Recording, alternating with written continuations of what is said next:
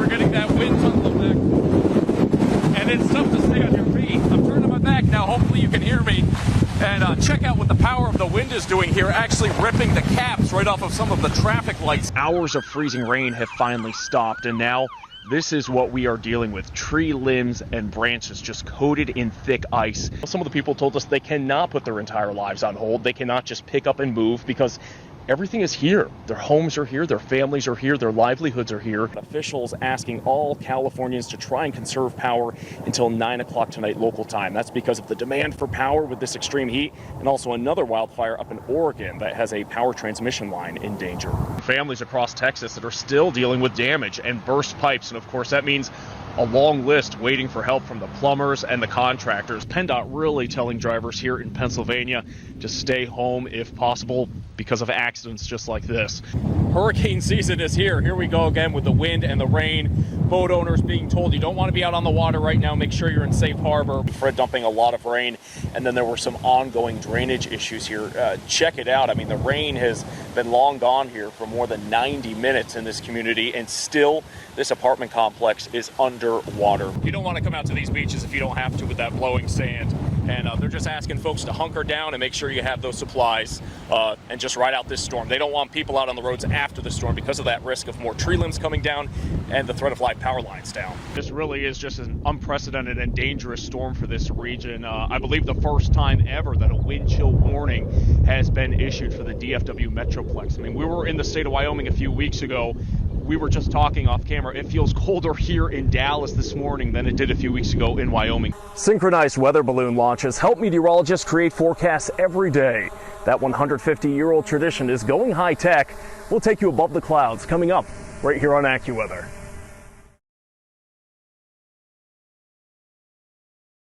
I also tweeted out around 3 a.m., sleepless in the low country. That was, I believe, the second or third tornado warning alert that woke us up. We're right at Rutledge and Calhoun. You could see just moments ago police allowing some vehicles and buses to go through this flooded intersection. This is one of the notorious spots here in Charleston where there's a lot of rain. This is one of the first ones to flood. And you can see some of the public buses here going. Several streets around this area are flooded. I want to show you the flood gauge right here on this utility pole, standing right at about 15 inches of flood water at this intersection in Charleston. Let's get right to the video just into AccuWeather. Within the past 30 minutes, we were able to catch up with some healthcare workers strapping on their boots, wading through all of this water, reporting to work, heading to the hospital.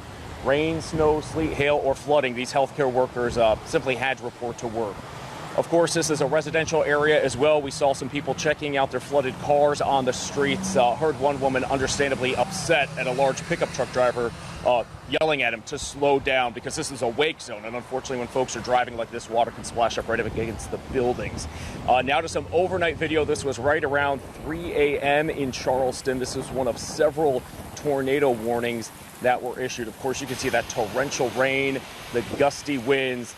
The good news, very, very few people out. We only saw a few cars out, only 1 or 2 people out on the sidewalk. So with all of those alerts, of course, emergency officials have been warning people, and we've been relaying this message with Elsa. Even though it's a tropical storm, take it seriously. And again, this is the reason why, especially in a coastal community like Charleston, South Carolina. Unfortunately, it doesn't take much for flooding. The good news, though, even in the time that we've been here, we're seeing these waters quickly recede. And of course, folks will have some cleaning up to do this morning.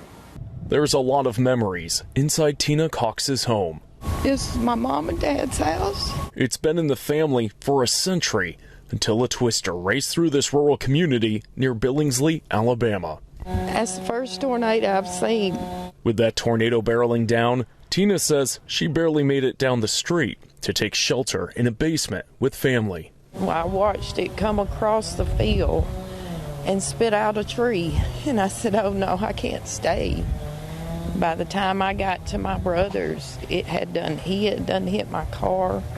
My windows exploded in the car, and my nephew had to actually reach out and grab and jerk me in. And as soon as he shut the door, it blew out the whole garage doors. The tornado lifted her home off the ground and shoved it off the concrete slab. The 100-year-old house is still standing, while other homes across the street were leveled. Even with parts of the roof ripped off, keepsakes inside made it through the storm, including family photos and Tina's Bible. We were very lucky. Tina is hopeful that crews will be able to salvage parts of her home so she can rebuild and stay right here near her family. In Chilton County, Alabama, for AccuWeather, I'm Bill Wadell. How are things going 1 year later? Yeah, Jeff, it's pretty remarkable to see the recovery and the rebuilding that's been happening despite all of the challenges that these families have faced in the past year. The EF4 tornado that touched down here, it leveled homes, including the one here behind me, and it ripped apart families. 19 people, including children, lost their lives right here in Putnam County. And despite the hardships with this disaster and the pandemic that started in the days that followed, a nurse who lives on this block tells us she's seeing signs of hope returning. From debris lodged in the side of her son's truck to metal twisted in the trees. It is so loud. It is such a reminder. Tracy Brown's home is surrounded by scars and memories of last year's EF4 tornado, which packed winds up to 175 miles per hour. Because a lot of us are struggling to remember everything that happened that night. The local nurse says her family helped more than 24 neighbors get to safety inside their home that was still standing. My husband, who's a first responder, he jumped into action and then brought them to me. We did makeshift triage in our living room. Days after the tornado outbreak, the first cases of COVID-19 were confirmed in Tennessee. The unknowns of a pandemic putting plans to repair and rebuild on hold. We had all that commotion in our neighborhood, all the building and everything, and then it got quiet. There was nobody. It was mentally exhausting. 1 year later, many families are still rebuilding. Other lots are left empty. The mayor of Putnam County says 700 families were impacted, but most have returned or have plans to rebuild and move back. It's just been an unbelievable outpouring of love and support from our community, which made it much easier, but COVID made it really difficult. We're not moving, we're staying. This is it. This is home. These are family. These are our people. And a lot of families are anxious to return home. Roughly 150 houses and other buildings across Putnam County were destroyed in that storm. More than 100 others badly damaged. And Jeff, tomorrow morning, land will be dedicated right nearby, a few blocks from here, to be built for a park, and that will be made to honor the victims who did not survive this storm. Roof was ripped off, and the brick walls are falling apart at Sandra Johnson's apartment building in Houma, Louisiana. We need help back here. She hunkered down inside her ground floor apartment when Hurricane Ida tore through. Water just was pouring down in the ceiling of my house. In every room in the house. Couldn't stop nothing. Sandra's carpets soaked up water like a sponge. Nearly everything inside is wet.